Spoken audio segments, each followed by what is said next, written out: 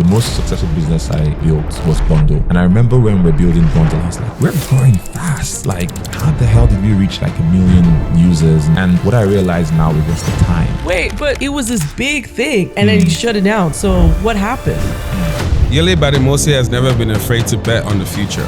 From launching Binance in Africa to creating Nestcoin, Yele has been on the front lines of Africa's financial and technological transformation. FTX was kind of seen as this institutional crypto trading and banking, and it was safe. You know, some people might ask, like, why did we keep in so much money on FTX? But remember, this was 2021. I was a Nigerian founder doing crypto, living in Nigeria. Like, how many US banks were going to give you a bank account? You know, I logged into FTX and you see the funds, click withdraw, and it just doesn't work. And money's there, and you're like, withdraw, it doesn't work. And it's like, wait, what? This can't be real. In this conversation, Yele shares what it really takes to build in emerging markets and why financial freedom starts with ownership of our money, our data, and our future. Yele, before Bundle and Nestcoin, who was Yele, and what personal experiences made you realize that financial systems are power systems? So how far do we want to go back? I want to go back. We have time. So a lot of people tune into this podcast and they're most likely on the way to work. Maybe they're cooking something. Maybe they're working out. And I want you to tell our guest today, what do you think is the biggest opportunity in Africa? Wow. We always start off with a bang. Dive right in.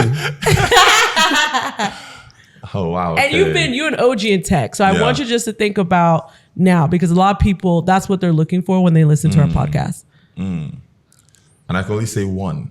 I mean, you can talk. This is your expand. Okay. For me, I think it's private credit. I think it's insane that as a continent, we don't have universal access to credit. In the US, if you took away the credit system, most people won't be able to go to school. They won't be able to afford the healthcare. They won't be able to go to university. They can't get a house. They can't even pay rent, because the fact that you're already in the house and then you're paying rent is on a monthly basis is a type of credit. But in Africa, everything is upfront. So that is actually one of the reasons why we don't have as much sort of like economic development. And there have been different sort of companies that have tried to solve the credit problem, and some people have solved particular types of credit.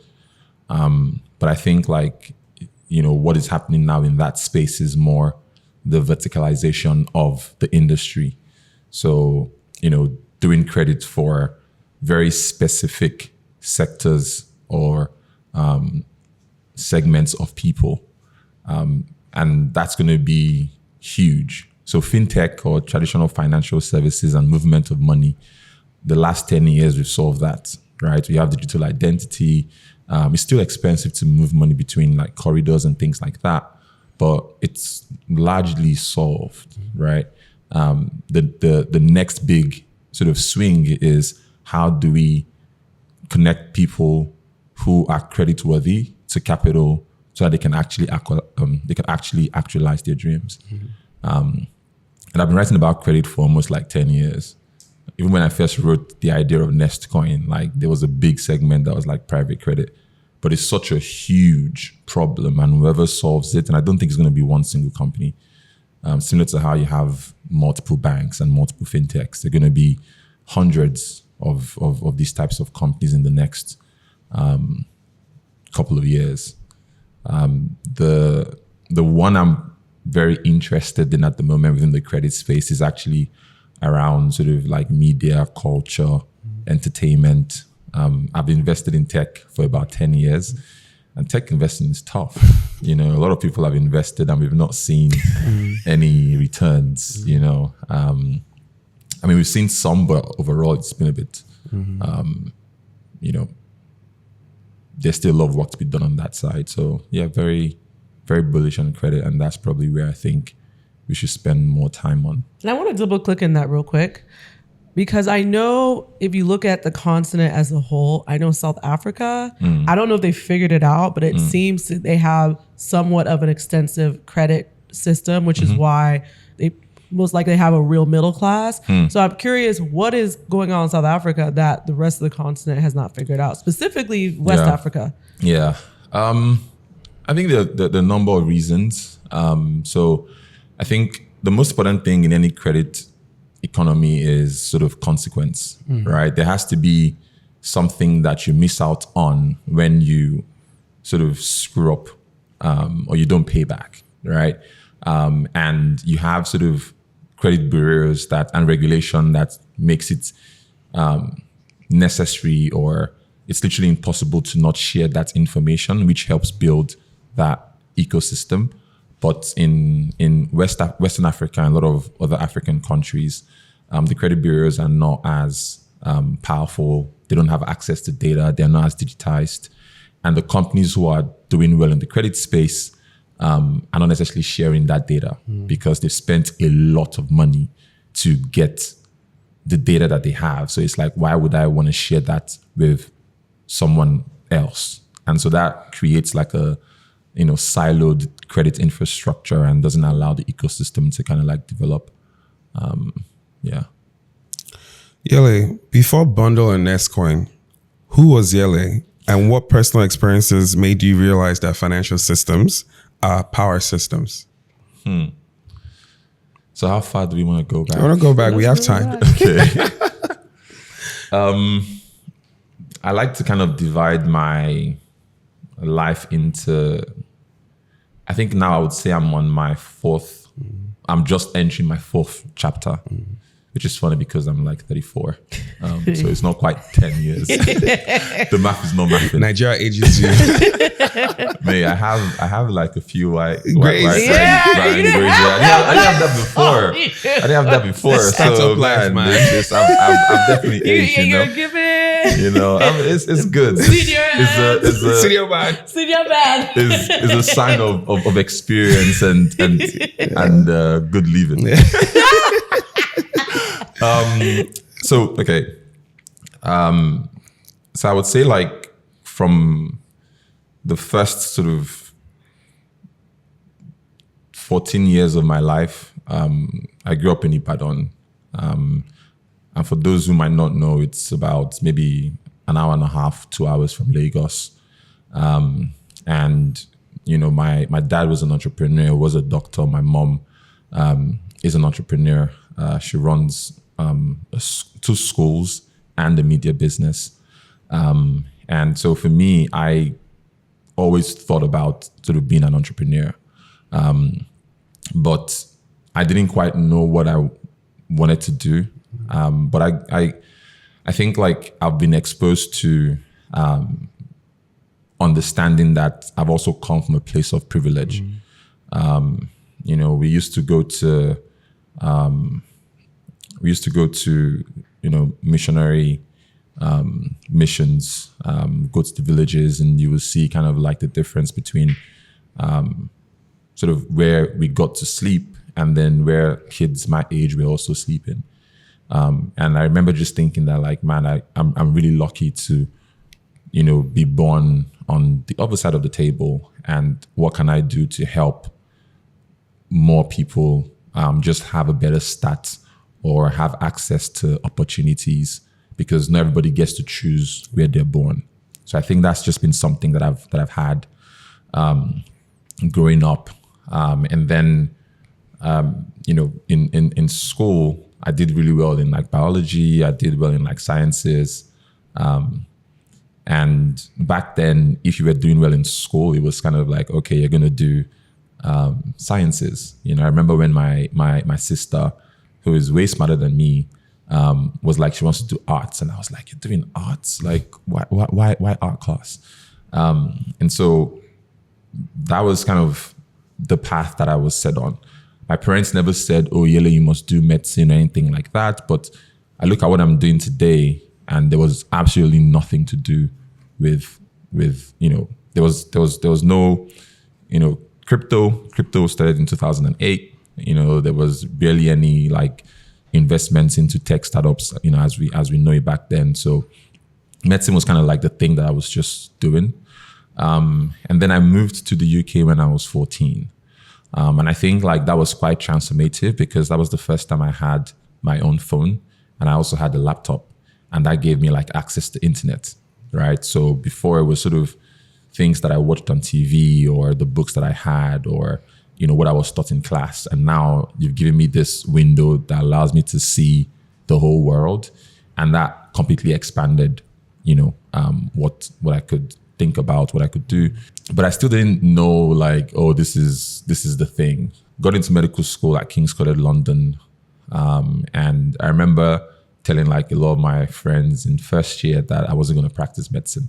I thought I was going to finish, but I was like, I'm not going to practice medicine. Whilst in uni, I was attending lectures, but I wasn't attending like a lot of lectures. And I was kind of just doing things that I thought were like interesting. Wait, how did you already know you didn't want to practice? Like what made that shift? So one of the most important conversations in my life was actually probably the last conversation with my dad that kind of still, you know, it was extremely pivotal because when I applied to medical school, I actually got into 2 medical schools and I got into a medical chemistry degree. So I remember my dad was ill at this point. So I remember asking him like, you know, I'm not sure I want to be like a doctor, but if I did this medical chemistry degree, I could come back to Nigeria and start like a pharmaceutical company and sell like, you know, drugs that don't have patents, but make the price like as cheap as possible. Kind of what Mark Cuban is doing. So I've always been like entrepreneurial, right? But I wasn't thinking tech. I was still thinking like physical businesses and things like that. But when I chose King's over Leicester, and it's because King's had King's College London. Yeah. They had this program where after 3 years you could sort of like exit the program, right? And they'll give you a medical sciences degree, right? So I was already thinking about like, okay, I may not want to be a doctor, but at least I have a path out of it. Yeah. Interesting. And is there something your dad told you that made you? So he basically was just like, you know, I can start instead of doing medical chemistry, I could start with medicine and I still have like this exit pathway, right? But he was never like, oh no, you must, because me and my dad bear the same name. My dad is Dr. Yele Bademosi, right? And at this point, he was already ill, right? So he could have been like, you know, Yele, I want you to finish, like be a doctor. I want you to, you know, go back to Ibadan and I want you to sort of keep running like the hospital, because he knew that he was ill, right? And that would have been a lot of sort of pressure on me, and I would have felt deeply responsible to kind of sort of carry on the legacy and sort of, you know, live that life for him. But he pretty much gave me the blessing and was like, you know what, if it gets to that point and I don't want to do it, I have this out. And when the time came, you know, and it wasn't 3 years, it was like, I was already in my 4th year. I had just one, I had the final year left. And at that point I was like, yeah, I don't want to do medicine. Like I was so sure. And at this point I had kind of discovered like the world of tech and all these different types of stuff. So I would say that was kind of that was sort of like that big second phase of my life. And the third phase was kind of everything from, you know, moving into tech, post dropping out of university. My mom doesn't like to say I dropped out. She likes to say opted out.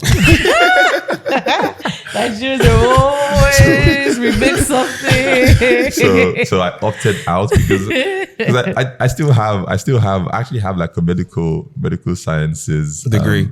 Degree. Really? I've not seen it since that day. And nobody has ever asked me for my degree like ever since then. Wait, so how did you drop out if you have the degree? Yeah, so remember it was like medicine was 5 years. Yeah. So if you do 3 years, you had enough credits to get a medical sciences degree. right? So I actually I just go back from Ibadan, right? And so when I walk into my house and I see like all my sisters, like I'm there with that picture. And I know my mom, when she comes back into the house, she sees all the pictures and is like, yeah, he graduated. School fees did not waste. He didn't waste. But even how I dropped out was like, also like incredible, right? Like I told my mom I wanted to drop out, and I remember like she got on a plane and she was like, you know, thinking that like maybe I was like stressed and like overwhelmed. She was like, you know, I'm going to make sure that like everything is like really comfortable. Like she was cooking, she was cleaning, she was praying, she was encouraging me. And I was like, man, I really want to leave, you know. It took maybe like about 6 to 7 months. But when I first said it that time, I didn't really thought about like what I wanted to do. I just knew I wanted to leave, right? So the next kind of like 6 to 7 months was sort of coming up with a plan, but also demonstrating like progress towards like this future version of myself, right? And so I began to sort of like read like crazy. I began to, you know, I taught myself like how to program. I was going to like hackathons and just really getting more depth about, you know, what I wanted to do. And so around my birthday, I wrote this letter to my mom. And I read this letter like every day. It's not every day, come on. But I read it like every birthday, right? And because for me, that is like my true compass. If you want to understand me as a person, like read that. And I wrote that I think I was like 22 or something, 22, 23. And it's funny because like nothing there has changed. I questioned sort of like, you know, the pursuit of freedom and like happiness. I questioned, you know, this, you know, choosing a life that is kind of like, you know, not boring, but it's like expected of you. Back then it was, you know, go to university, get a degree, get a job, work in this thing, and then get a family. But a lot of people never ask themselves like, why am I here? What is my defining purpose? Like, what is my why? You know, and I wrote that and I sent it to my mom, and like, I don't think it was up to like 5 minutes. My mom called me and she was like, you know what, Yele, I'm going to let go and I'm going to trust God. She was just like, it's very clear that you've sort of thought about this and you've made, you know, a lot of progress.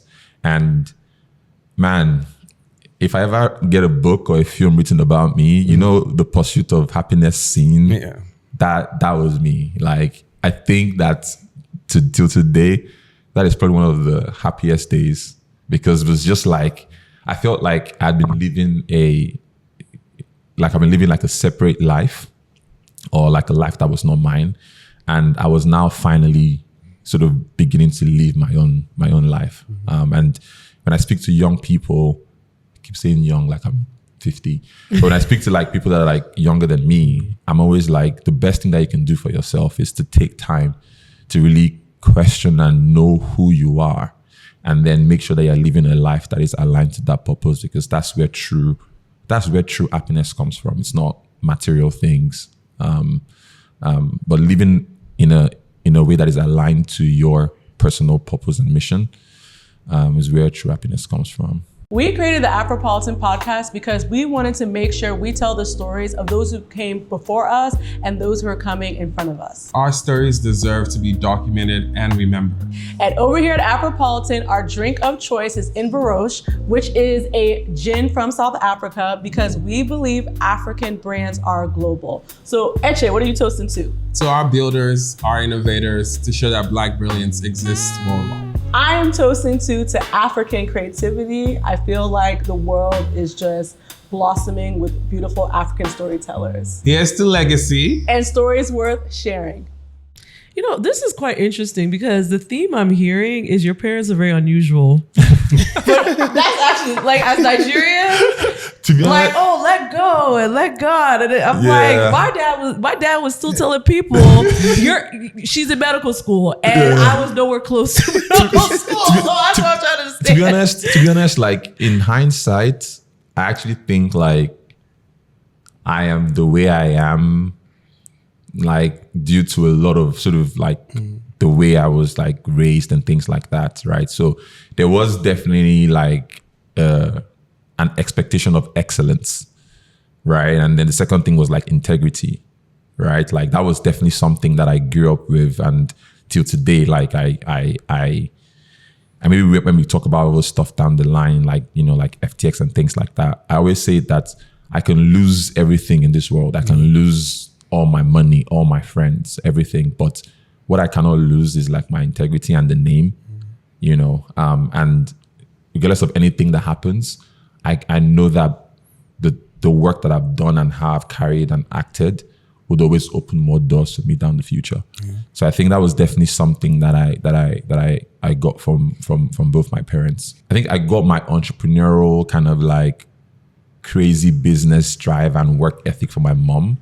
And then I got sort of like my more social personality, maybe calmness side from like my dad. So my dad was kind of a lot more relaxed, you know, was like the consummate networker, used to have a good time when he was like younger.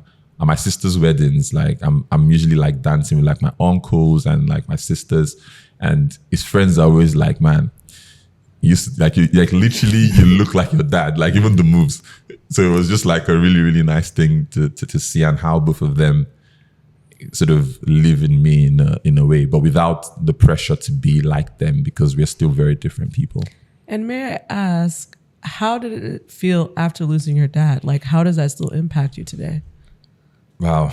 Funny enough, like today, I remember I woke up and I was thinking about like my dad, and I think that's because it's been 15 years. So he passed in 2010. And I'm 34 now, and I'm like, very soon I will have spent more time alive without my dad than when he was alive. And I think like what gets me the most is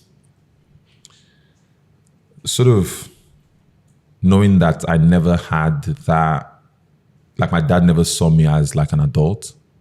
So it never knew like what I'm doing now and like what I've become, like my experiences, and having a relationship with the man that brought you into the world, but not as a son, but like as men, right? And I just don't have that. I don't have that relationship, and I think that's probably the thing that I would say like hurts the most. But I know that like he's definitely like proud of like everything that I've become. And I don't know if I sound a bit emotional, but I don't think anybody has asked me that question before. And I just came back from Ibadan, and I spent maybe like 4 or 5 days with my mom, and I hadn't seen her in a while. And yeah, it's you know, I'm reading a book called, what's it called? It's called 5 Types of Wealth. Spice the Hill Blue. That's the one we read this year. Yeah. There are a lot of books I've read that have changed the way I'm thinking. Yeah. Right. And that's because, you know, I have a signature in my bio that talks about like something about peace to all engaged in like hard things or doing hard things. Right. And that's because like the life I've had in the last 3 to 4 years is one of the craziest experiences that like a single person can go through, right? And you know, I began to ask myself a lot of questions, and just asking myself, like going back to like my why, and that book was quite transformational because it talks about 5 types of wealth. We as individuals, we tend to focus on one type. We focus on financial wealth, but that sort of like social wealth, or you know, which includes like your family, is a big one. And something that I talked about was kind of, if you count the number of times you see your parents and how many times or how many years they have left at our age, you're probably looking at like maybe another 30 times, and that's not a long time. Yeah. So you need to be more intentional about like spending time. And I think going back, seeing my mom, seeing like my uncles and my aunts, and sort of actually seeing like them look older, it makes me realize just how short our time on earth is. And it's also why I've told myself that I'm going to be so intentional about the type of life that I'm living. I'm not going to spend a single day if I'm unhappy, right? Like, and the thing that drives me now is this idea of like pursuit of freedom. Every week I have like a sort of what I call like a weekly alignment like sheet. And I basically wrote down like my goals for the different like types of wealth. And I make sure that like I'm constantly living in alignment with that. And yeah, it's just made me live a much more purposeful life. And you know, I've never been like in a better headspace than right now. You know, it's funny because that book, at least I can speak for myself, me reading that book earlier this year transformed my entire year. And I think it was the first passage when he said, if you count many times you have to see your parents, and it's only 20 times. I think tears must have, because I was like, it allows you to like look back on your life. And we're entrepreneurs. We know how this goes. And you're like, I've chased and chased. I'm built and built. And then you go back. In fact, it was my uncle's funeral earlier this year. And I think I shared this with you where, you know, one of the sermons at his funeral was, what shall it profit a man to gain the whole world but lose his soul?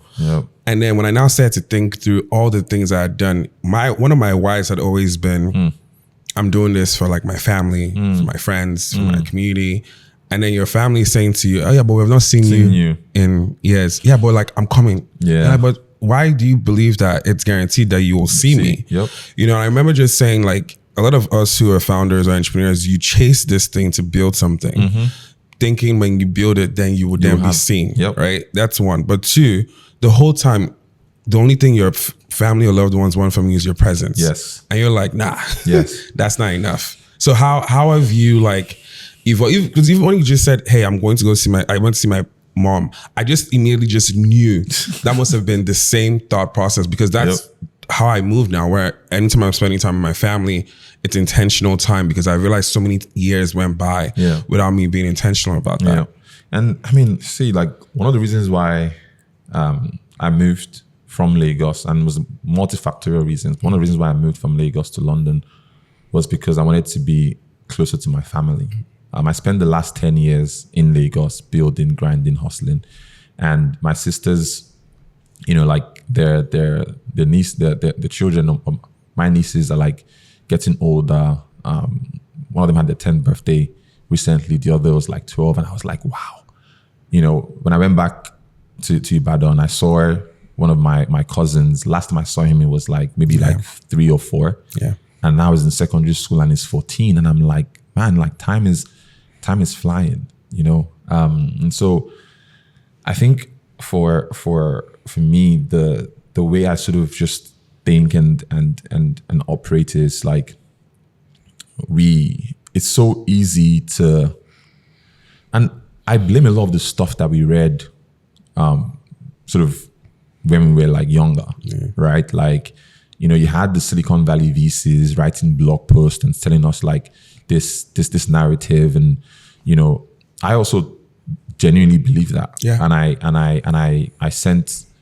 wrote blog posts. I spoke about this over and over again. And, you know, you create like this cycle of life. But, you know, there's a parable that, you know, I love, which talks about a really wealthy man who would go to a fishing village, and then he would see this man who's just like fishing, and then it's like, oh, but you know, why are you doing this? You know, why don't you get more boats, you know, more boats and like scale the business? And then guy was like, okay, and then if I do that, then what? Then it was like, yeah, okay, at some point you'll be able to retire, and then what are you gonna do?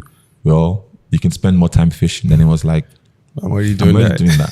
Right? So we need to ask ourselves, like, you know, why are we doing what we're doing? And one of the exercises that I did was to sort of do like a flash forward and think about like what my perfect day is and what my ideal future looks like and what are the things that I want.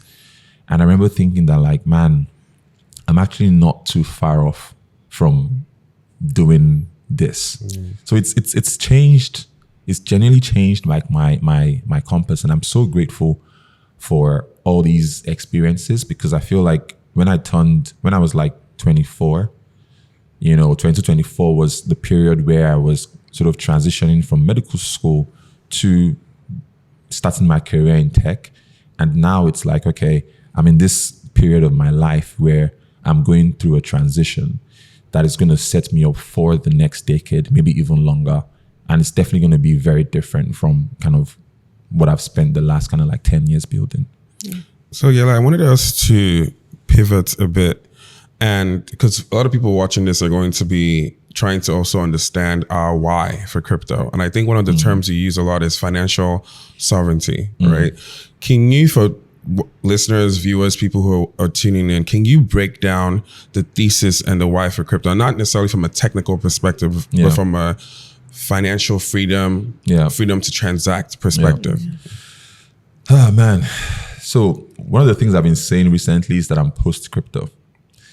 And that's because when I got into crypto, I got into it from a very deep ideological point of view and perspective. And when I look at what the industry has become and what the industry is becoming, I feel like there's been a divergence in terms of sort of like the culture that got me into the space and kind of what we're currently, what the space is primarily sort of like focusing on, right? But if I was to go back in time, why did I get into tech? I believed in three things. One was to equalize access to opportunity. The second was to basically inspire change. And then the last one was to create happiness, all in the pursuit of freedom. And so when I started doing stuff in tech, I saw tech as an opportunity to combine tech as well as capital to solve really difficult and hard problems that will create more opportunities and sort of financial access for the everyday person on the continent. Now, what made me get excited about crypto was that it was the first time that technology was being built at sort of the financial and economic layer. So if you think about sort of the US or the Western world or even like Asia, what they have really working for them is the institutions. The institutions work. And institutions are what kind of coordinates, individual, people as well as businesses to create better economic systems that allow more people to thrive and the existence of a middle class. Now, Nigeria is 65 odd years. There are a bunch of other African countries that are a lot younger and maybe some that are slightly older. But, how old is the US and some of these Western countries and even like China? So it's going to take us a long time for our institutions to catch up, right? And this is not to say that corruption is great or like to say everything that is happening is like, is good. But if we I'm a big like history buff. If you study the history of like the great countries, they all had these types of periods for about 100 to 150 years. Now, outside again, 100 to 150 years, the average life expectancy is like 75. I'm currently 34. That means I have 40 years. And I would like to see a better future for Africans and anyone from Africa before my time is up on earth.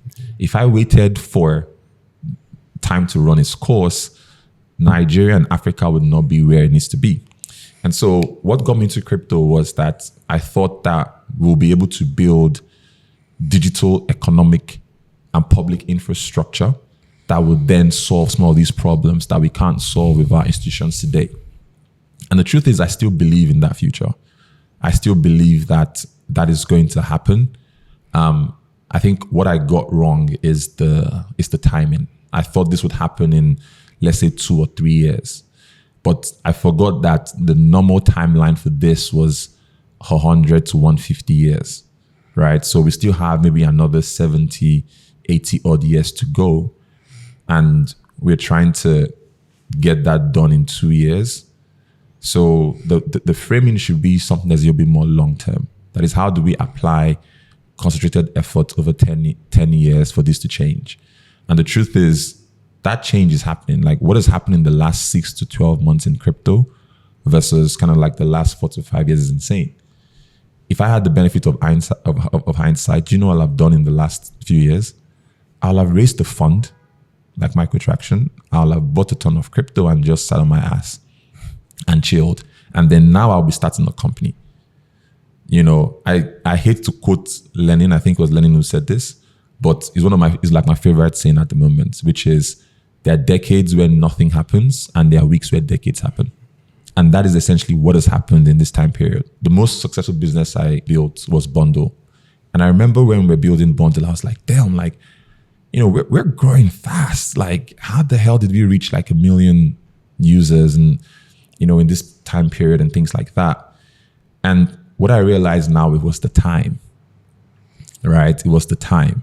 Like that was the time where a lot of people were finally understanding crypto and wanted access to digital assets. It's like building an AI company now is the time.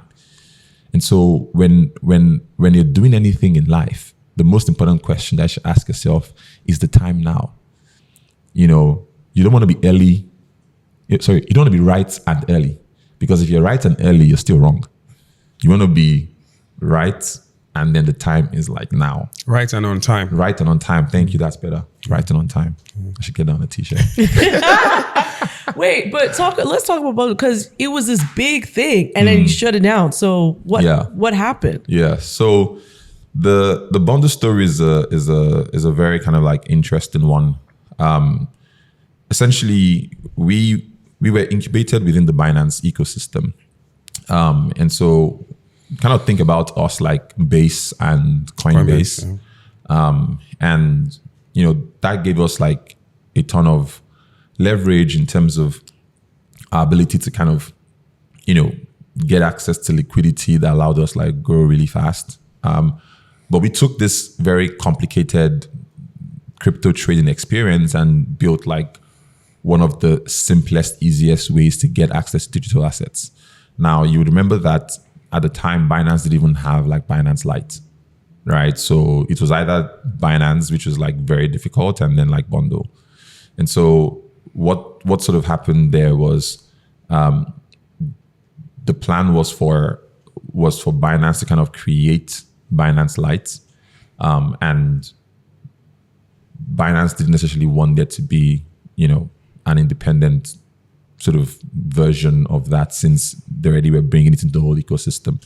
So remember that like when I joined Binance, I was a director for Binance Lite, for Binance Labs, and our team had built and developed a bunch of really innovative products at the time. So we did Bundle. We also created like CashLink, which powered like, you know, a ton of infrastructure beyond just Nigeria. And so it was always kind of building stuff that would then get rolled up into the larger play. And then for us, you know, when I decided to leave, I really thought that the time to build non-trading applications was in 2021. And so we wanted to build this company that would sort of be like a Xerox PARC for crypto and Web3, and would incubate a number of non-trading or non-speculative applications, as well as investing. And at that time, like it was kind of like the not expected, but there were a bunch of companies sort of doing similar ideas, but regionally. So you had people thinking about it for Europe, for Africa, for Latin America, for Asia, and then even in the US.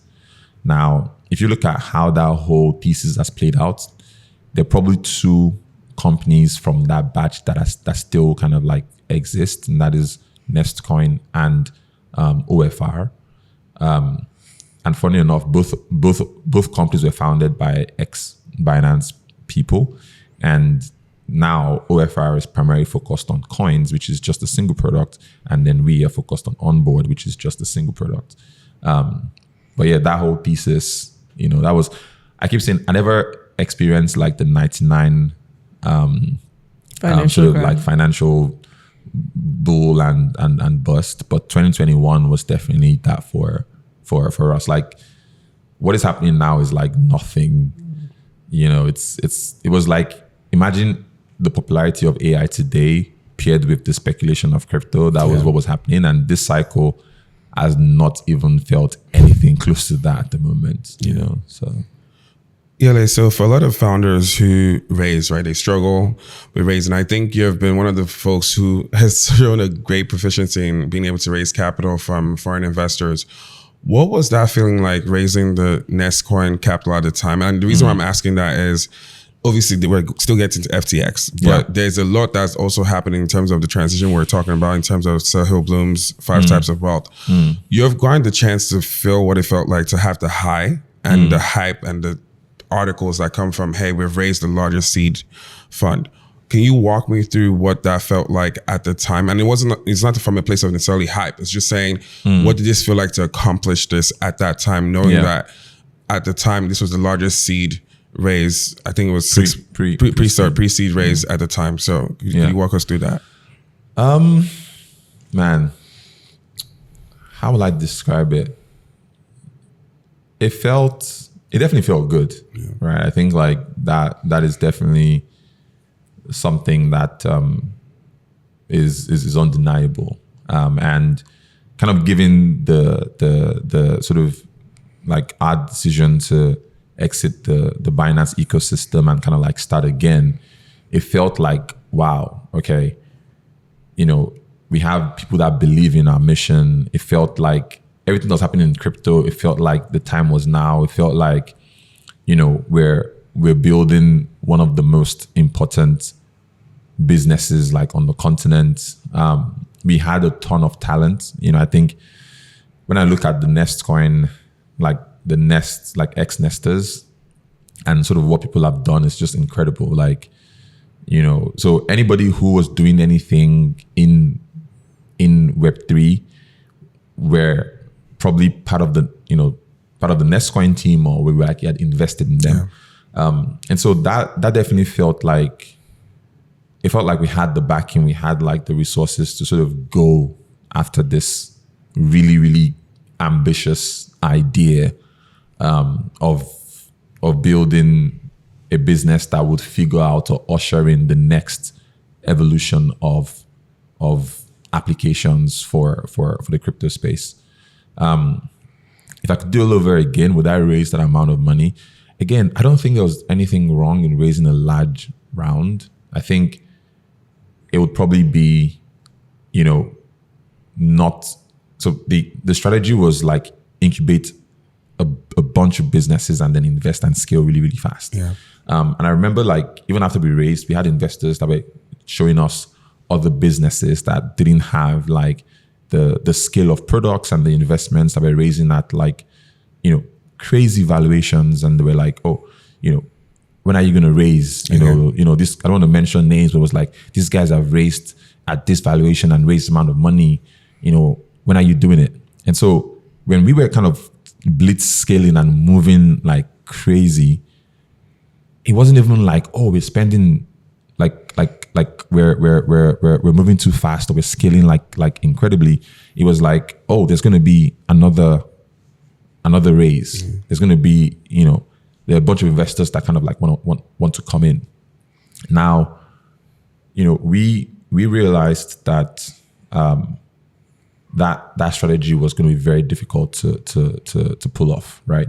And you know, we began to sort of spin out the businesses. So we spun out MVM. They raised like capital independently.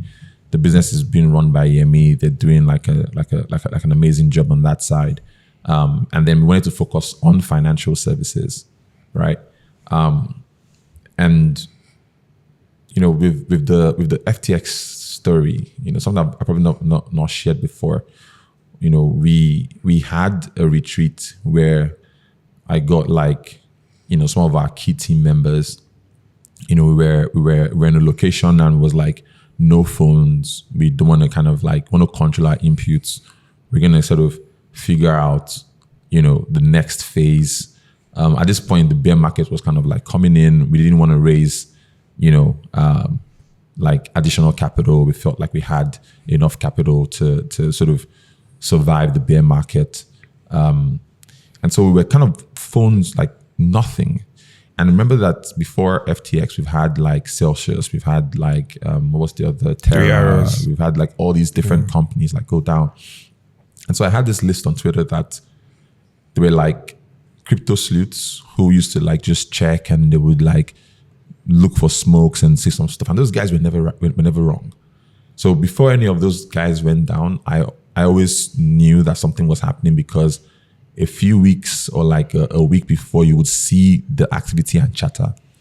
Now we were completely like on lockdown, like just like figuring out, you know, the next thing. And then we come out, and then we just see like this FTX news, and it's like, wait, what? This can't be real, you know. That was definitely one of the biggest lows that I've personally experienced. So yeah, like before we go into it, I wanted to introduce it for our viewers, right? So I think on November 11th, 2022, FTX filed for bankruptcy, but a couple of days before that, there were the news about, I think the Binance CEO at the time had tweeted something about he was going to be selling his tokens at FTX. And, you know, it just cascaded from there. So I think walk us through, first of all, how you discovered it and what actually happened from your point of view, and how that, you know, shaped you, and how you dealt with the loss personally and also professionally as well. So, so I think that context is you know, is helpful for the viewers. But I think for me, like coming out and seeing that, I was genuinely shocked, right? I was kind of like almost in disbelief, and that's because SBF was kind of seen as like the WizKid of the crypto ecosystem, you know, and he was sort of taking the best, in quotes, of Coinbase and like the best of Binance and putting it together, right? So moving really fast, staying really nimble, trying to be regulated, raised money from, you know, top VCs, including Sequoia, and, you know, even some sovereign wealth funds, right? And it was kind of used by big institutions. And it was I mean, like it was a poster child for crypto in 2021 easily. So it was really like I couldn't really believe, like it was like, okay, this can't be real, you know. You know, I logged into FTX, and you see the funds, click withdraw, and it just doesn't work, and money's there, and you're like, withdraw, it doesn't work. That was, I always say that like I wouldn't even wish it on my worst enemy. And I learned a lot about myself, right? Like I knew I was resilient, but man, I had no idea. Like you don't know how deep some traits that we have as humans are until you go through like these types of kind of like situations and like trials and things like that. And so we knew that we had to act. We had to make like some really tough decisions, thinking about communicating with investors, thinking about sort of communicating with like the public, the team, and trying to move as quickly as possible to try to save the company. You know, you know what's so funny? Like I think like we just went into go mode. You know, I've had investors and like friends say, you know, how did we do this and how did we just, but I think it was just like, this is the situation we find ourselves. We want to survive. I knew that we hadn't done like anything wrong. You know, we had like downloaded like records. We had like all the transactions in and out. Like we had like our asset balance. We're never holding any dangerous assets. You know, some people might ask like, why were we keeping so much money on FTX? But remember, this was 2021. I was a Nigerian founder doing crypto, living in Nigeria. Like how many US banks were going to give you a bank account, right? We had tech companies that were being deplatformed. And Mercury was moving, you know what I'm saying, right? So we couldn't even open an entity, you know, as a crypto company. That's why I'm like, 2022 and 5 years later, like what's going on in 3 years? It's crazy. It's a complete 180 kind of like turnaround, you know. So we couldn't have bank accounts and things like that. And so, FTX was kind of seen as this institutional crypto trading and banking or finance platform. And it felt safe. And it was safe. Like it felt safe, right? And yeah, that was just a crazy moment. And I think like a lot of like my transition really, or evolution in this kind of like chapter that I'm in, like really began, in that period. So I had to ask myself again about my why, like, why am I doing this? Like, what am I like, what is the goal? And, you wake up some mornings and it's like, it's like really, really tough. But I began to build like a ton of like really good habits. So I have a friend, who I've been doing like retros with like every quarter. And, when I read some of the retros from that time period and like now, it's just like, man, like the sort of healing and sort of, coming to terms with what's gone wrong and feeling responsible for, your team and like your investors. And, one of the key things that I decided like mentally was like the money was gone. Like I didn't want to think about us getting the money back. We had an investor who offered us like 4% of the value, right? So it was about 4 million, and the investor offered us like 4%. And I was just like, I'd rather hold it because I'm not thinking as if the money is coming back. And what's crazy is that 18 months later, so every like month we'll get like these offers, and it was like 4%, then 8%, and then 12%, and this and that and that. And then it got up to 95%. Even after we sold our claims, it went all the way to about 120%. Right. And that's because like we're not holding any volatile assets. It was just like, was probably the best like in terms of like the claims that anyone could have with FTX, like that was the best because it was 100% in stablecoins. And it wasn't even USDT, it was USDC, right? So we had a bunch of offers, in February 2024 we sold our claims and got pretty much 96% of the funds back. But yeah, in those 18 months it wasn't, we didn't know. And I'm so thankful for like my friends. I'm so thankful for my family. I'm thankful for, some of our existing investors, our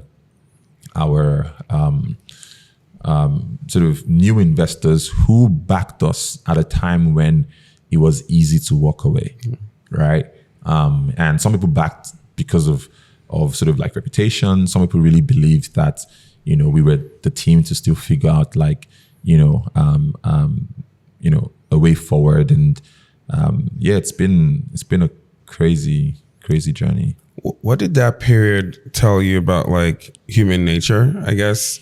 Because you had to have seen, okay, we're the coolest kid on the block, to this FTX thing has happened, and you're hearing a lot of like the feedback, especially from maybe industry folks or just any sort of like negative criticism that's coming your way. So that's one question. I think the second follow-up is, I think around that time, because obviously we were in consistent communication, one of the things I was reflecting on is like, again, you spoke of the resilience that it takes, but how do you communicate that as a leader to your team members who, they depend on the company for their salaries and their payroll? And how do you communicate like, hey, we might have to have layoffs? And what was that process like for you, like having these tough, hard conversations? Yeah. Maybe I would answer the last one first, but I think it was just like leading with like honesty. One of the leadership traits that I try to live by is basically not telling people to do things that I wouldn't do myself, right? And genuinely, like the comments and like the feedback and the love from the team was just like incredible. Like, it made me so emotional. Like I cried on some of these calls, and everybody was just like, Yele, this was unexpected. Like there's nothing that you could have done, and we did the best that we could have done for the team. And we hired like really incredible people, and Memory, who was our HR lead, was at the time was pretty much just working at a day trying to get our people back, with jobs. And we had this internal metric where we're tracking our people that have been placed, and it was genuinely just leading, like being my authentic self. I've never been. I don't raise my voice. I try to be like really kind to everybody that I work with, and I think that because of that kind of leadership, that really resonated with like the team, and most people were just focused on trying to do whatever it was to help the company survive, or survive long enough. There was a time where we had like 6 weeks of runway, and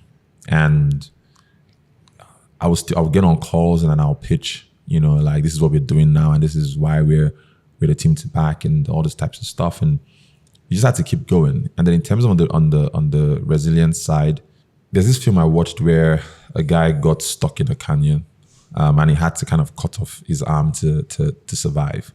And if you asked almost everybody, nobody is going to be like, oh yeah, I'm going to be able to cut off my arm. But at that time, like, that's just what you have to do to survive. And that is kind of like the depth of like human endeavor, right? And that was just it. It really was just really digging deep, asking myself about like the why, like why am I doing this, and just pushing hard, but then taking it like just a day at a time, because I didn't try to think like too far out and all these types of stuff. I didn't think about the past. I think that the hardest part for me was learning to forgive myself.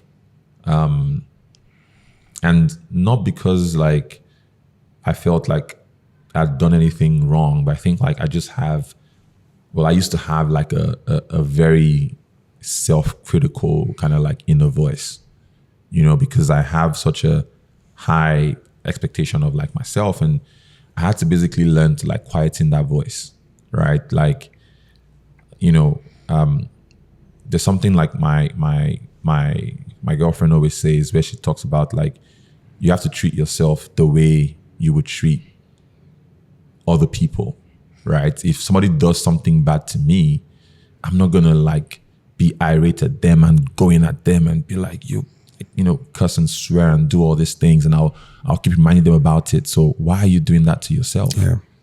Right. And that was probably the hardest thing that I had to learn, because I've been doing this for well over 30 years. Right. So to learn to like control my inner voice and sort of be compassionate to myself, even when you have like missteps. And then also like, it's easy to kind of judge yourself when you have like a hindsight 2020 bias. Yeah. Right. So what I do now anyways is I actually like to document my decisions. And it's why I have this bullet journal every day. Unfailingly, like I have a bullet journal and I write down like a bunch of like the things I'm doing, my decisions, so that in the future I can always go back to say like, why did I make this particular decision? And that removes like this hindsight bias of like, oh yeah, but you should have known this. Is like, no, at that time, like wasn't obvious. Have you forgiven yourself for what has happened? Oh yeah, for sure. If you ask me this, maybe like 2023, maybe the first half of the year, I'll have said no. But like now, for sure. One of my mantras is that like I'm thankful for every experience that I've had, and I'm grateful for every opportunity that will come my way. Because it's what shapes us. I don't want to not have the experience I've had, because without that experience, I won't be who I am today. Yeah. It was, not to get biblical, but like, when Jesus was like, something about like this cup should pass over him. Mm. Like I felt like that. I was like, damn, like, bro, why me? I'd rather be chilling on the beach, having a great time. I don't want to go through this, right? But I think as I began to heal from the experience and I began to sort of, grow from it and begin to see the positives from kind of what I've gone through, I'm very, very thankful. I genuinely don't think I would have this clarity of what this next chapter looks like without it.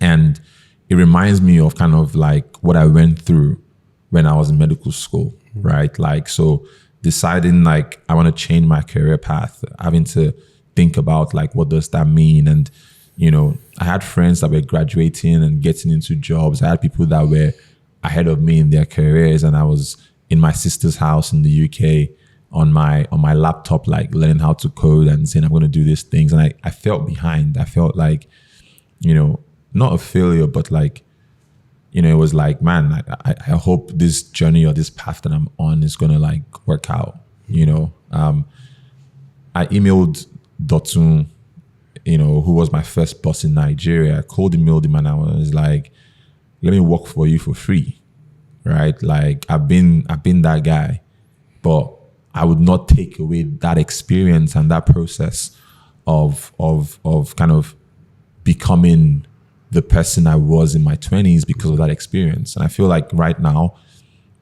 sort of FTX and, you know, everything that has happened on the regulatory side and sort of, you know, the evolution of our industry played such a significant role in sort of becoming who I am today.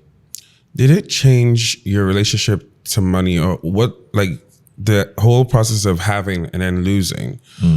Did you gain a new perspective about the role of money in how we view ourselves as human beings? Because to have it and to lose it, to get it back, how have you like thought through that process? Yeah, so probably something I don't think I've shared this before was that like I also had personal funds in FTX. And that was just like, it was like, whoa, okay. I've also lost that as well. But I don't know. I think like I really, really believe in sort of like potential capital. I really, really believe in that. What does that mean? So potential capital is basically like capital that we have within us. It's untangible because it's not like cash in the bank, right? But it's capital that you can always kind of build and create from and sort of add value that can then be turned into some other form of capital. And everybody has that potential capital. Some people have unlimited sources. Some people sort of like do the work on themselves to get better and sort of scale up that potential capital. And I think like that's, you know, I did something this year where I reached out to a bunch of friends and I asked them like, you know, what are my strengths and weaknesses? Like, what am I really good at? What am I really bad at? And one of the feedback that stood out the most to me was that they said, Yele is the type of person that if he gets interested in an industry and you give him 1 week, when he comes back, you think he's an expert, right? Like the ability to kind of like learn and sort of go deep and then come back with like some thesis and create and share a vision about something, like that is one of my superpowers. So I think for me, like I focused on that. Then I really focused on like what does happiness mean for me? And you know, when you tie your happiness to like financial wealth or to sort of like some traditional way of measuring success, that is really dangerous for two reasons.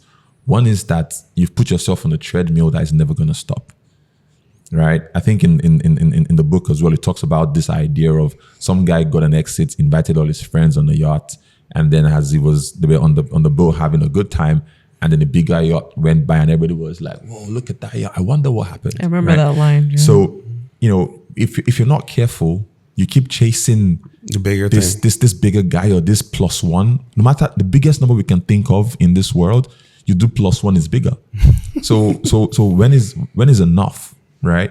And I think like those are the types of things that I began to like deeply think about. And you know, I know personally that my next sort of like 40, 50 years are going to be so different from like my last 20 like my 20s. I'm not quite going to be like a soft entrepreneur, right? But I do feel like there is a much more intentional way of living life that allows you to achieve freedom. And that's kind of why, like, one of my themes that I'm really excited about is this idea of like pursuit of freedom. Yeah. Because fundamentally, that's actually what wealth is. Yeah. If I can wake up today, and you know what's crazy? All of us we all have that wealth, right? Like, if you decided today that you want to take time off, like, you can do it. You look at your calendar, you can decide like, okay, I'm not doing that, right? Yeah. Obviously, because we don't have enough capital, like at some point you're gonna have to get back to work. But the point is that like you can do it. The most, one of my perfect days, I have this thing called a perfect day, was when I was in Thailand, and I got invited by someone who became an investor later on, Yosef, and his wife Songi. And one day we were like, okay, on this island, everybody turn off your phones, no internet, don't read any book, just go connect with nature. And so I went to the edge of this island and I sat down on this chair and I was just facing the ocean and I was not with my phone. And I'm telling you, I've not felt that level of bliss. And I was just like, that moment didn't even cost me anything. I was just connecting with myself and I refused to think about these material things. Yeah. What happens if you don't get the material expectations that you want? So we need to, as humans, we need to think and find happiness that comes from somewhere else, that is not tied to like material possessions.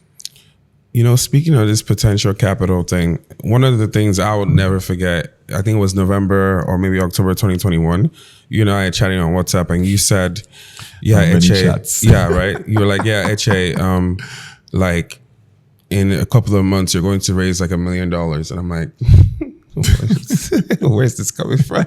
I remember this. And then I was like, she was like, yo, this is what Yele told said. Me this, and I was like, okay.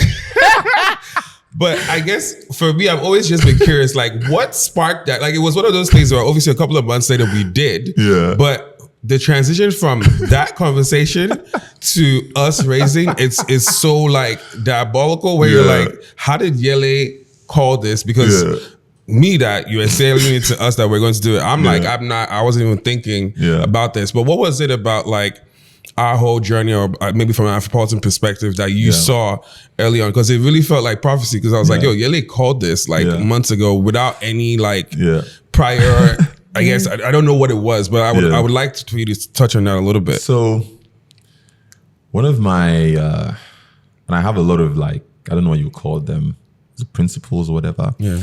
But, I like to think of myself as a dreamer and a dream enabler, right? Like when I started microtraction, I called it microtraction because traction, like when you define traction is obvious when you see it, Yeah. And so the idea of the name microtraction was like, the traction is so small that most people can't see it, right? And I think I've kind of spent the last 10 years in sort of just trying to understand, like seeing what somebody is working on and being able to sort of really like see a future where everything they're trying to do like actually comes to fruition. And then what are the steps to sort of enable that, right?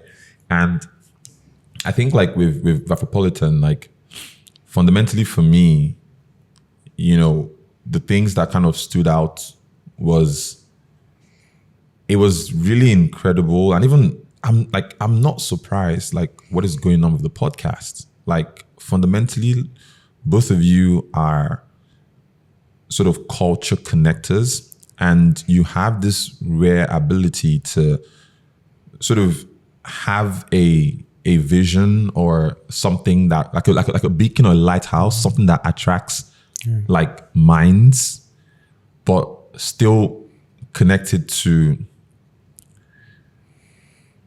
on one side, the people who are going to make it happen. And then on the other side, sort of I don't want to call it like technology, because it's not really about technology. It's just like the enablement of this whole ecosystem and you know, putting all those things together. And so at the time, like, it was primarily seeing what was happening with, you know, with Clubhouse and sort of how you guys pulled some of the best names and conversations and like the quality of the network. And, you know, I'd also been to like a couple of like the events, and I was like, man, you see this rare combination of like fun, but at the same time, like just the type of conversations and community that you don't get anywhere else, right? And I was like, there is no better positioned team to pull this off. Now, the long-term vision, again, like I said, I genuinely believe that we're still gonna have, you know, sovereign economic states. Yeah. That is gonna happen. The genie is out of the bag. It's just like the timeline, right? You know, if someone told people 200 years ago or 300 years ago that, oh, you're not gonna have kings and queens, you're gonna have this democracy without a king, you're like, sure. Do you know what I'm saying? Yeah. So yes, it sounds like something that is not possible or is not realistic, but we're gonna sort of get there. And like, why I love what is happening with Afropolitan now is I've come to realize that sort of media and distribution and creating like a digital network of people that are going to be bound by ideals and ideology is way more powerful than anything. Yeah. And any big idea, every big movement starts with like the ideology. It starts with the mindset. There are going to be a lot of people who have never heard about Afropolitan before, who don't know the people or like the stories or like the rationale behind certain things. And then on these conversations, people are sharing more and learning more. It's not indoctrination, it's just exposure. And there are two different things. Indoctrination is kind of saying like, this is the way you live your life, this is what you do. Exposure is giving you, it's like a buffet. Yeah. You see what has been spread out, it's up to you to decide what you want to eat. But I'm not forcing you to eat, you know, this thing, and I'm like, everything that is not this thing is bad. And genuinely, I think like I'm very, very, very bullish on kind of like what you guys are doing. And I know like both of you are so, I most might not know this, right? But like Chika and Eche are like, you're not the same people, but you're also similar in some ways, right? And the way you kind of like are approaching Afropolitan is so interesting to kind of like see, right? So Eche is sort of like a sort of big picture, futuristic, kind of like almost like a preacher of sorts, and you kind of you sell where we're going. You tell people like, this is the promised land, like this is the thing, and you don't see it, but I'm telling you like, this is where we should go. Can't you guys not see it? You know? And then Chika is kind of like, I don't want to use the word like whiz. You know, in like Minority Report, how you have that guy that is like boom, boom, boom, boom, boom, boom, boom, boom. Like that's like Chika, but at the same time, it's like there's like a bunch of wires that are plugged into Chika's head that are feeding her like so much information. so it's like you can take so much. Like when we like a few weeks ago, we caught up and we're speaking and like bro, like I was just like, so what was that? Okay, this. And Chika will drown you in research. Bro. Chika is like freaking ChatGPT deep research. Trust me. So when you combine like those two together, especially when like there's like an alignment on vision, powerful things happen. And the truth is, for a lot of founders, for a lot of builders, like we all like. I never forget Michael when he came to Nigeria almost 10 years ago. He said something. He said, YC's job is not to take mediocre founders and make them good. It's to take exceptionally great founders and provide them with access and get out of the way. Right? So a lot of the stuff that I've kind of like tried to do is sort of be inspired by that same idea. Right? Like there are people who you genuinely believe are like exceptional, that you think like see a vision and are trying to actualize it. And how do I lend my support? It's not just financial. It's kind of can be strategic, can be like thinking about stuff. And then just even belief that you're not crazy. You know, in any vision and in any dream enablement, the first thing is to have that true first believer that is telling you that like you're not crazy.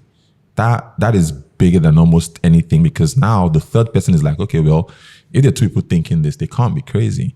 And then that's how you start like a movement. So that was kind of what I saw. And I also knew that like you guys were not going to die. Like it doesn't matter, like you're not going to die. You're going to keep doing this stuff and work towards it because the why was so deep and had like really real meaningful conviction. So yeah, that's why I knew we were going to raise $1 million. And no, but you know, I don't want to predict again, but like trust me, it's going to be nice. Like this stuff right here, nah, they're going to see. They going to see. No, but you know, the thing about having crazy people who hype you up is you were literally one of the first calls I made after this whole network state vision came, right? And I remember just saying to myself, like, if Yele shuts this down, I can't just leave this here. And you're like, nah, bro, I see it. I'm like, bro. You put the battery in his back, literally. Yes, I put the battery in my back. But I tell, like, a lot of people like ask me this question, and I said, there were just a couple of people, people who you call, and you're saying, hey, I have this dream. It might sound crazy. It might just be crazy.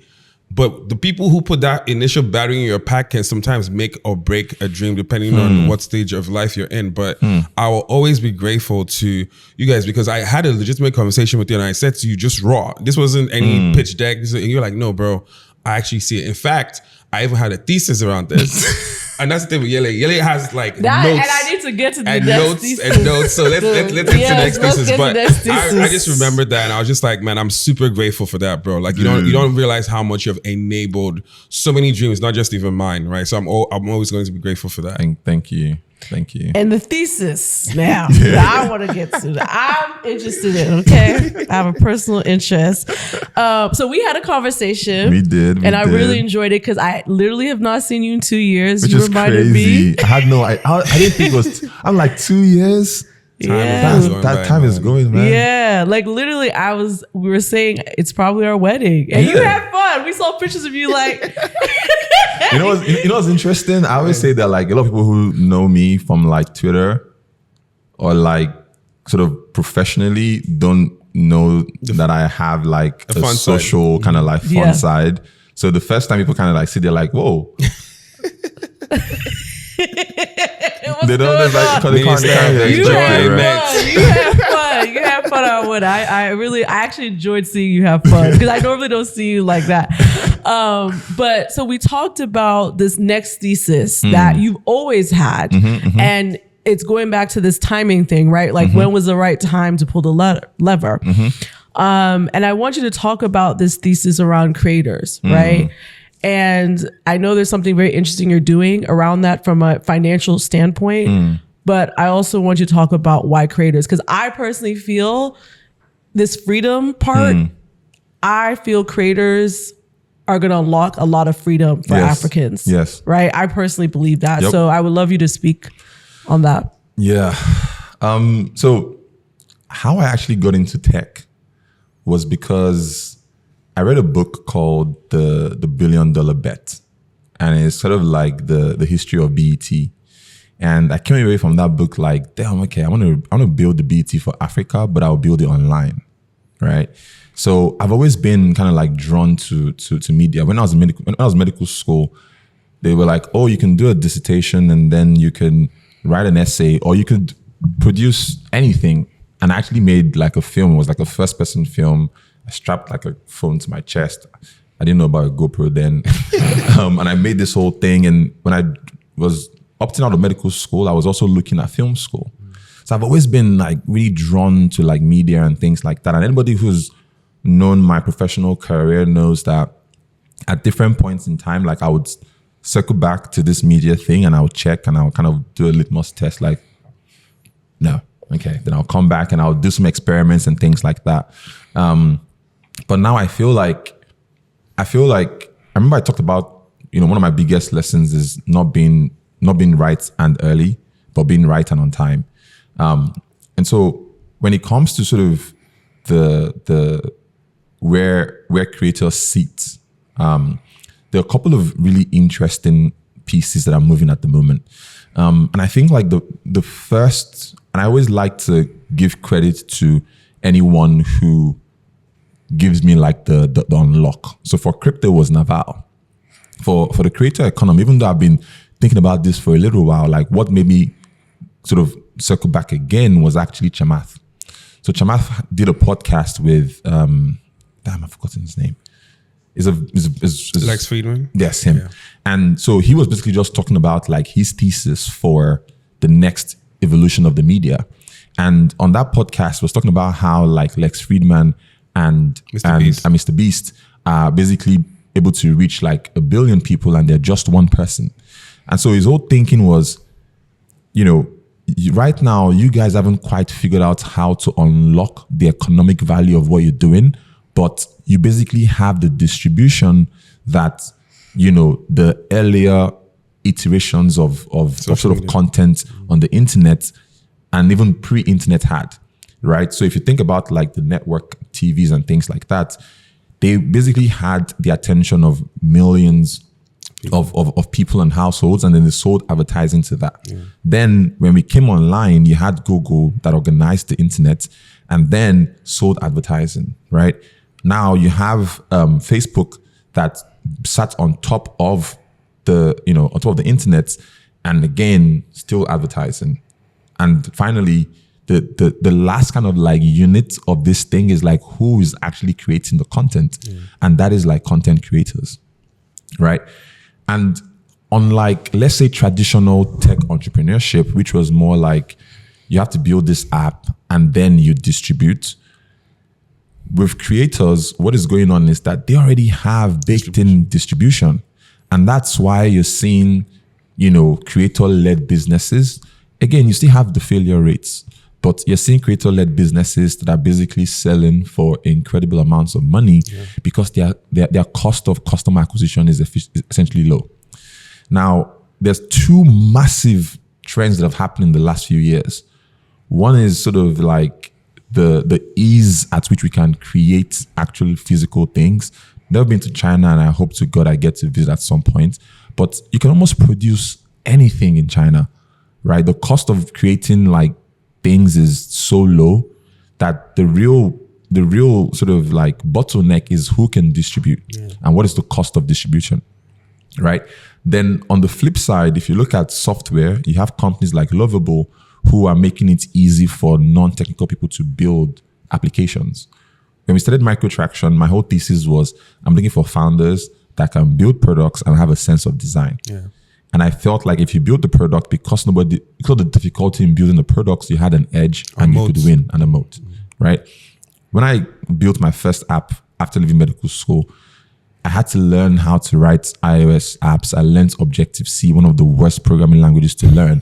And then once I finished learning it, Apple now released a new language called Swift. And I was like, I just spent a whole year on this thing. Yeah. But now you can just go and it took me like a year and a lot of money and time to get my MVP out. Mm-hmm. I have a friend who showed me an app that he built, vibe coding, and 6 months ago, that would have been impossible. Yeah. Like, I was just like, whoa. And this was done in like 2 days. This is crazy. So the cost of building apps and the cost of building software and hardware is lower and it's never been easier.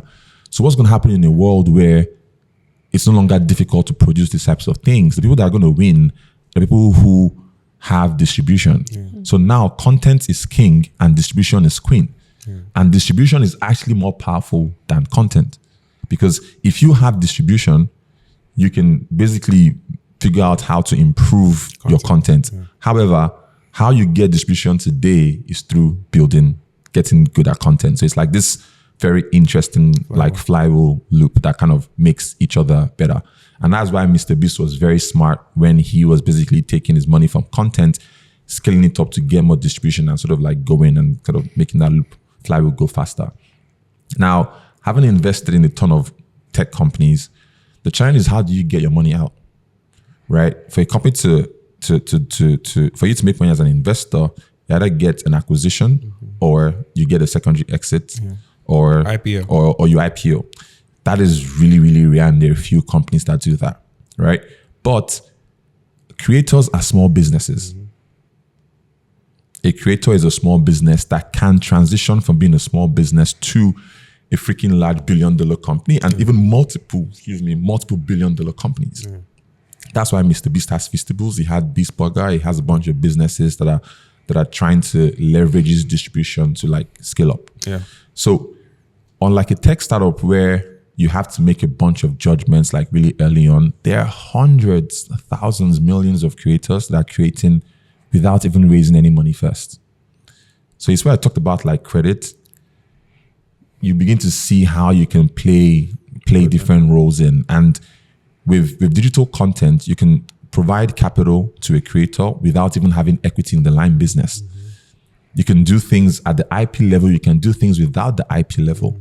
So there's a lot of really interesting things that you can do from a financing perspective. I'm like, I told my lawyer yesterday, I was like, bro, we're going to create the SAFT for the industry. I'm going to create a financing document that is like the safe, but for creators. Yeah. Right. So again, 2015, I saw tech and did a bunch of really interesting things with tech.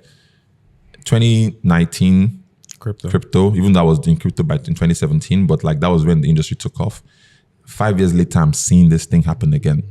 And I have a decade of experience of understanding what we've done, what we've not done, what worked, a lot more relationships, insights that I'm like, I'm going to do this in the best way I can. But it's massive. It's really massive. Sorry. What does it look like having to, because, being a founder is such a long journey, right? Like you've been doing it since 2015. It's literally almost 10 years, literally. And within those 10 years, there are always going to be moments of reinvention, moments of pivoting, moments when something has shifted in the zeitgeist.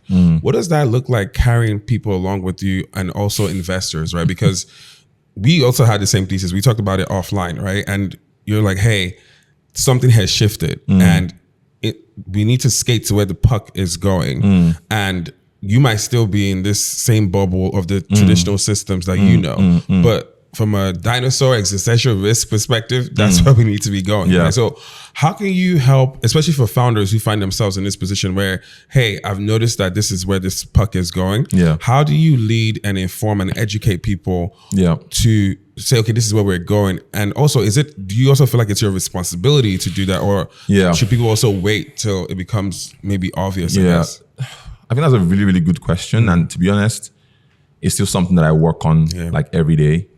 The first thing I would say is definitely don't share early and often because your thesis is like evolving, right? And it might change, it will change, right? So for instance, when we started working on the latest version of Onboard, I wanted to like absolutely focus on creators and nobody else. And I wanted to go straight into credit. Now, one of the things that I realized is within the African landscape, the industry is still like quite small and it's quite early. So we couldn't just say, oh, we're building this thing solely for creators, African creators, right? And so you kind of need to sort of just be a little bit like aware that your thesis might like evolve and change. So for instance, like I want to build this thing on a global level. In an ideal world, I would love this to be a global play, right? But then you can't also launch globally. You have to figure out like your wedge and like your niche and all those different types of stuff. So number one is kind of like as opposed to trying to bring everybody along, have a brain trust of people that you're discussing these ideas with and you're fine-tuning and you're improving it. So that's number one. So otherwise, what would happen is if you're updating people like every week, every 2 weeks, it's kind of like very difficult to follow. And then you have something that I call vision fatigue, right? Number two is you actually don't need to like carry everybody along. Like most people actually don't operate at that level So one of the things I've done, even in my company and in life in general, is that, I kind of have people on like in different buckets. I don't want to say different like tiers, but different buckets. And the people who just want to know, what do you need me to do? I'm gonna sort of like do it, right? So they don't really want to be at the strategy, tactical vision level. Yeah. It's just like, this is what you want from me. Like, I'm going to do it. There's some people who are kind of somewhere in the middle where it's like, okay, give me the why, give me the constraints, and I'm going to run, right? And then the last people are like people that want to get in the weeds and play and do tete-a-tete with the strategy. And for me, those people energize me because it's like iron sharpeneth iron. Right? Like, you don't know everything, So when you know those buckets, then you know like who you're engaging with, and then I actually delay some of my updates. I don't share everything in real time, and I'm trying to get better at it. But if I was to summarize, number one, don't carry everybody along. Number two, sort of delay, right? So it's going to evolve. And then put people into buckets and like segments, and each particular segment has like a very different strategy. And also, I'm just curious with creators, are there any creators right now in Africa or maybe just outside that are interesting to you that you see, oh, my thesis can work here? Yeah, actually, obviously you guys. Shameless plug. You guys for sure. But I've actually broken it down into kind of like buckets as well. So when I started, I thought I was going to go to like people that were quite established and further ahead. And I think like it's a little bit like where we are right now, we can't add value at that stage and at that scale. So we have to kind of go a little bit like earlier, right? So think like microtraction. And not necessarily like, and the difference is that we wouldn't support or like engage if somebody is like, oh, I have this idea for ABC, unless there's like a history of you've done this before and then you will do it again. This is kind of like just you thinking about it, right? So it's sort of post launch and things like that. And then obviously, like I told Chika, I mean, we also get to talk about this, we are sort of thinking about this as we want to prove the point that this can be a distribution engine, right?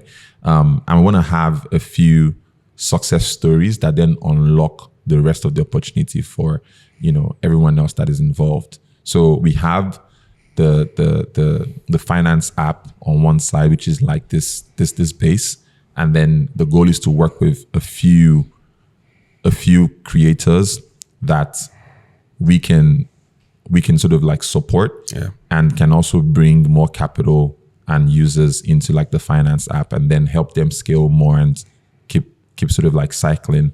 I think Chika talked about Steve Bartlett and sort of how he has like a venture fund and a media company.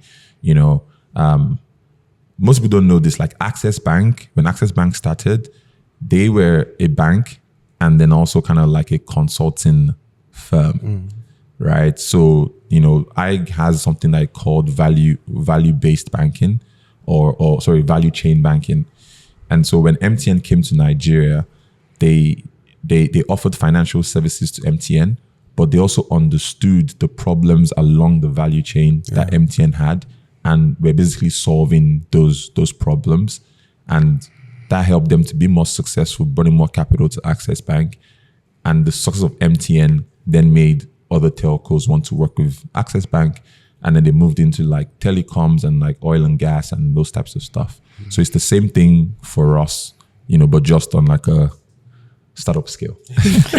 I was going to say also with creators, because you were saying that we have too many consumers, right? And not enough creators. So what would be the risk if we don't step into this arena? Because I do agree, I'm seeing a lot of creators, but I'm not yet seeing that scale, right? Of Diary of CEO, he is, I think, the only Time 100 and Forbes creator listed from London, right? Or Yes. from the UK. Yes. There's a lot of people from the US.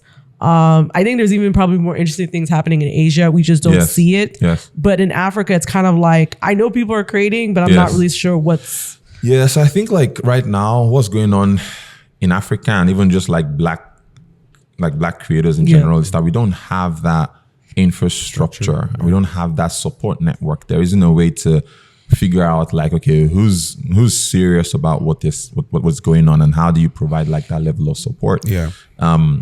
So I kind of think about it like how we sort of built the ecosystem or the finance and support ecosystem for tech entrepreneurs. I think something like that is going to happen for creator entrepreneurs. So at this stage that we're in, it's still very, very early. Yeah. But, when I wrote the blog post announcing microtraction, I remember doing a model and I was like, okay, if we did, I think it was 200 or 300, was it 1,000 startups? I can't remember now. I think it was 1,000. I think it was like 1,000 pre-seed startups would have one unicorn. Because the big thing in 2015 was like, where are the unicorns? Yeah. Like it was almost unheard of for there to be like an African unicorn. And that's in 10 years, we had multiple unicorns. Yeah.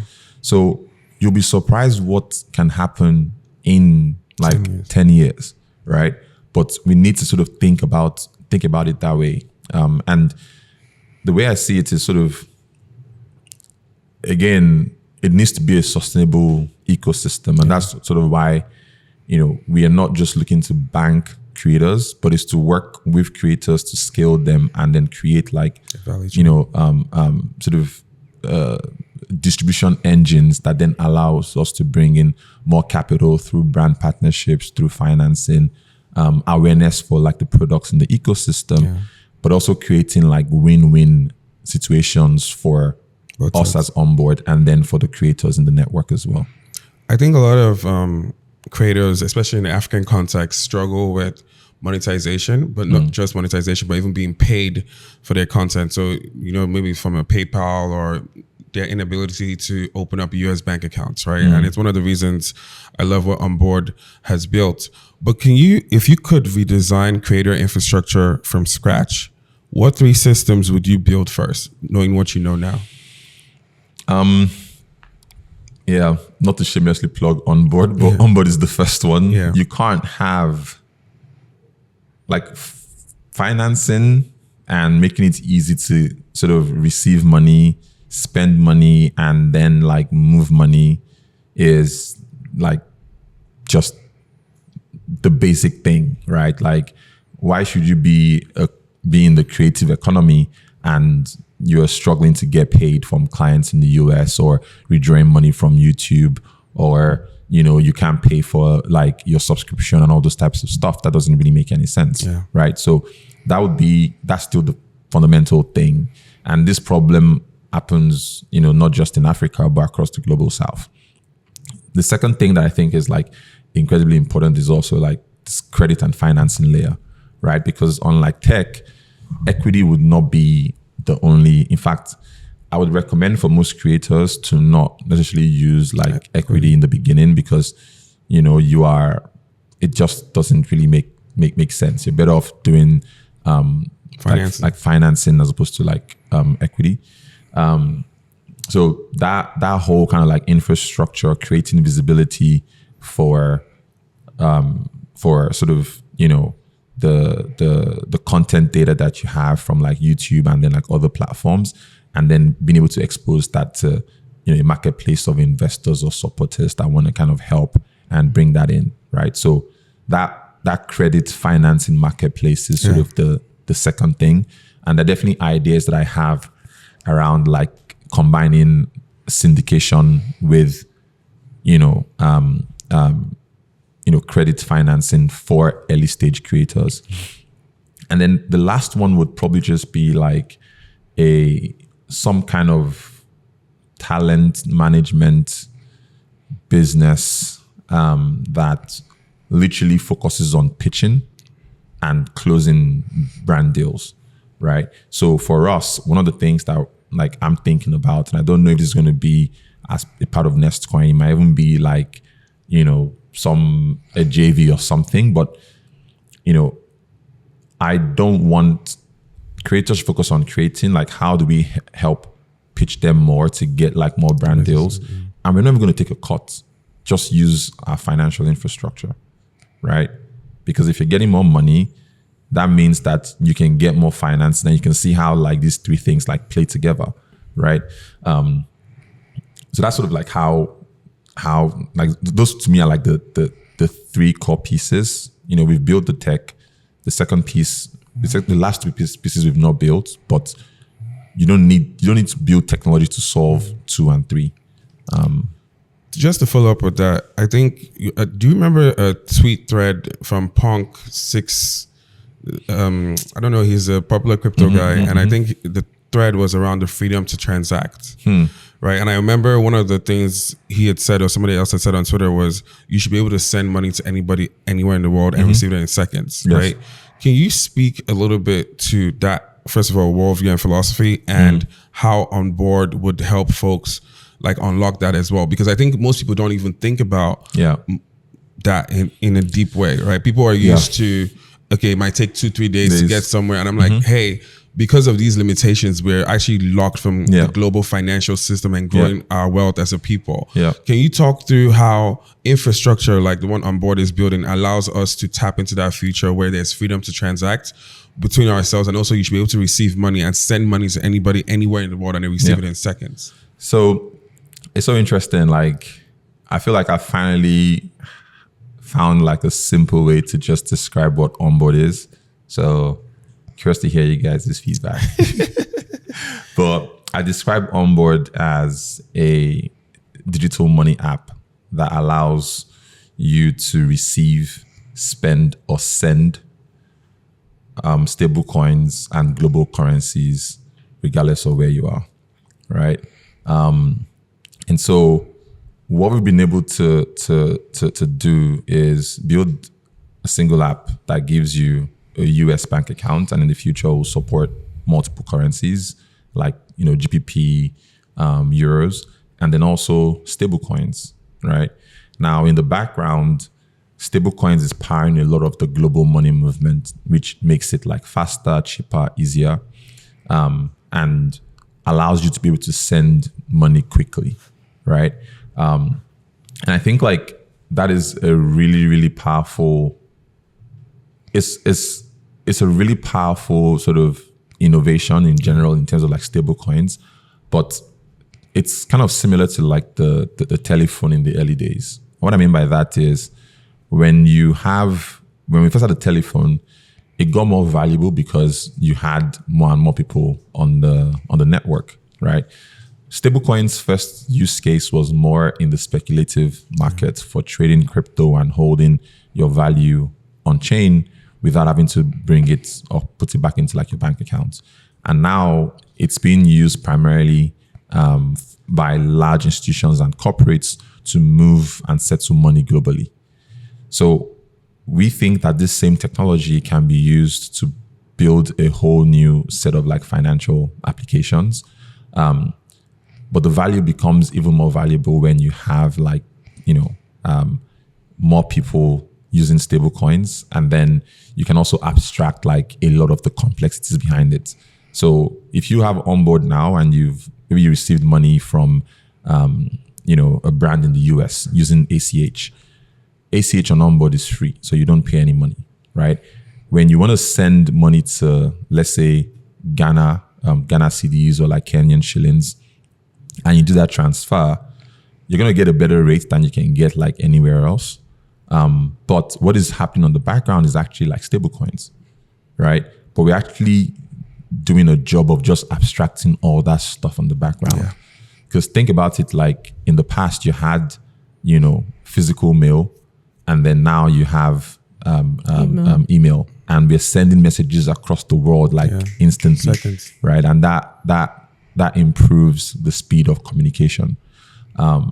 So I think like, what's going to happen is you're going to have people who have, I saw, someone did this thing where they were onboarding like normal people to like different apps and things like that, and they onboarded somebody to onboard, and the person was like, the person had left a comment where they were like, oh, I actually opened an onboard wallet before I got my first bank account.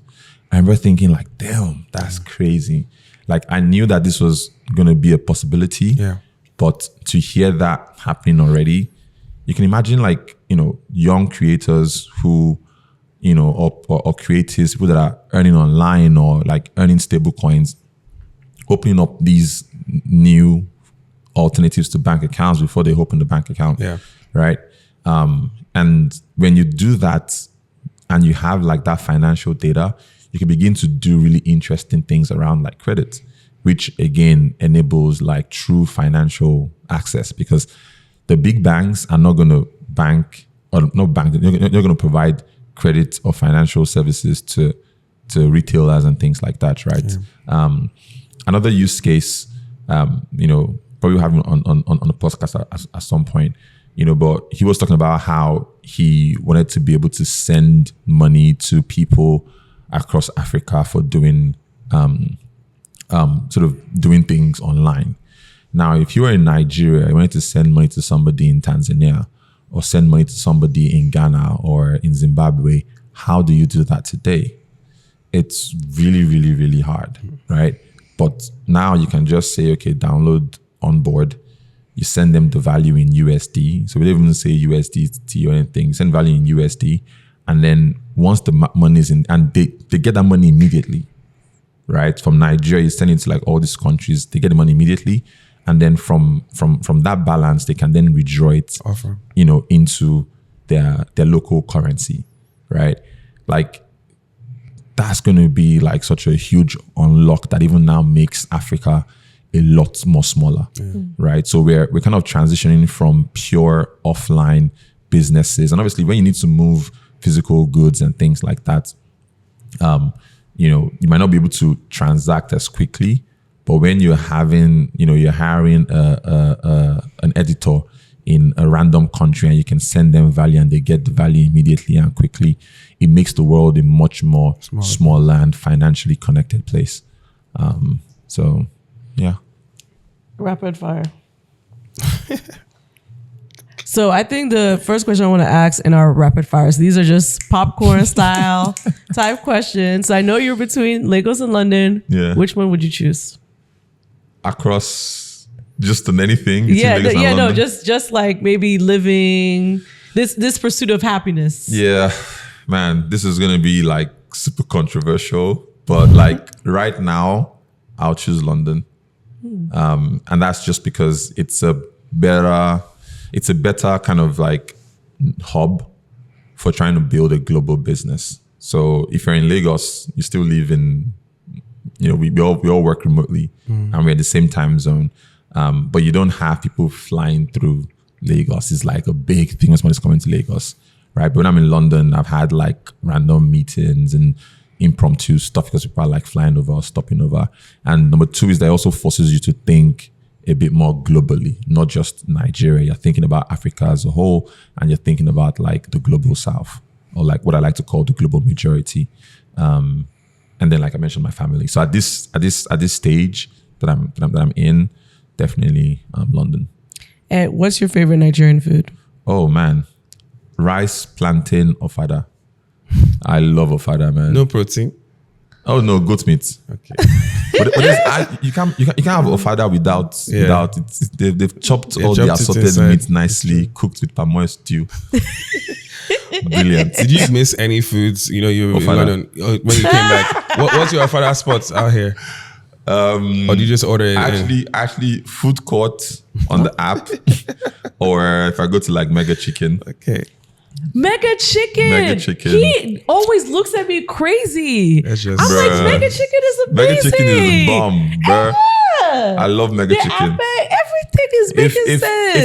If I wanted to do traditional business, I would go to Mega Chicken and I would beg them to let me license so I can take it to the US or take it to like London. Can they bring Mega Chicken to Ikoyi? I just want it.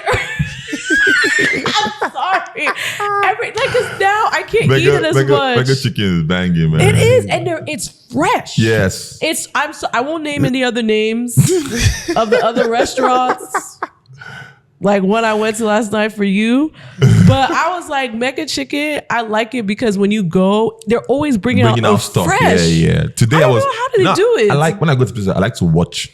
Right, process. and they had this woman who had something like a POS, and she was looking at all the things, and she was like adding or tapping some things. So I think they make enough, and they understand like the sort of throughput and how long like something lasts or takes, because it's always fresh, and it has pretty much everything. Even some types of, let's say, rice, or like they have like 3 types of porridges, for instance, or 3 types of beans. I'm like, bro. So it's amazing. Have fried yam, egg stew, moi. Agege bread. At this point, we need to get Mega Chicken to advertise. Yes. Because you guys have done enough promo. No, but it's slept on. But I think it's slept on because it's like, so it's so funny. The only reason why, so I know Mega Chicken for 2 reasons. You're hungry, right? No, because I actually really love the business. I actually really think it's a brilliant business. So, number one, when I came back, I was a struggling tech founder. You don't have all the money to go to all these fancy restaurants. And to be honest, when I moved back, there was no Cali, there was no RSV, there was no fancy. And I was in Chevron. So there was 2 Mega Chickens. There's one in Festac and there's one in VGC. Yeah, so I was able to easily just drive to VGC and get it. And then someone tried to take me on a date there. And I was like, what's going on? Yeah, I love the business, but you don't want to go there. I was like, what's going on? I was like, I took the food and I was like, I will never go out with you again. Thanks for the jollof. Like, thank you for the jollof. I don't think of Mega Chicken as a date. It's chicken,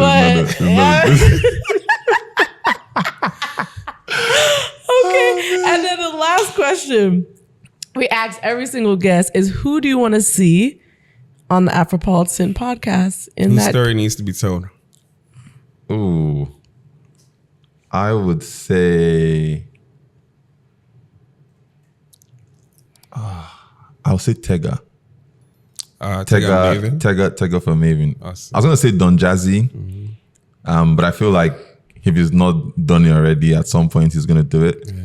But Tega is someone that I would say you should get on the show. Okay. It's interesting because we've had a few comments on our YouTube. Like they now do requests, and like surprisingly though, they're like, yes, it's in the pipeline. Yeah. So maybe he's in the pipeline. Yeah. Stay tuned.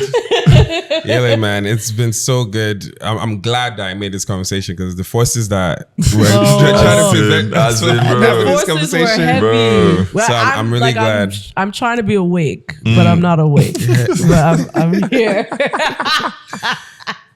Thank you for stopping by, bro. Thanks for having me. Thanks for having me.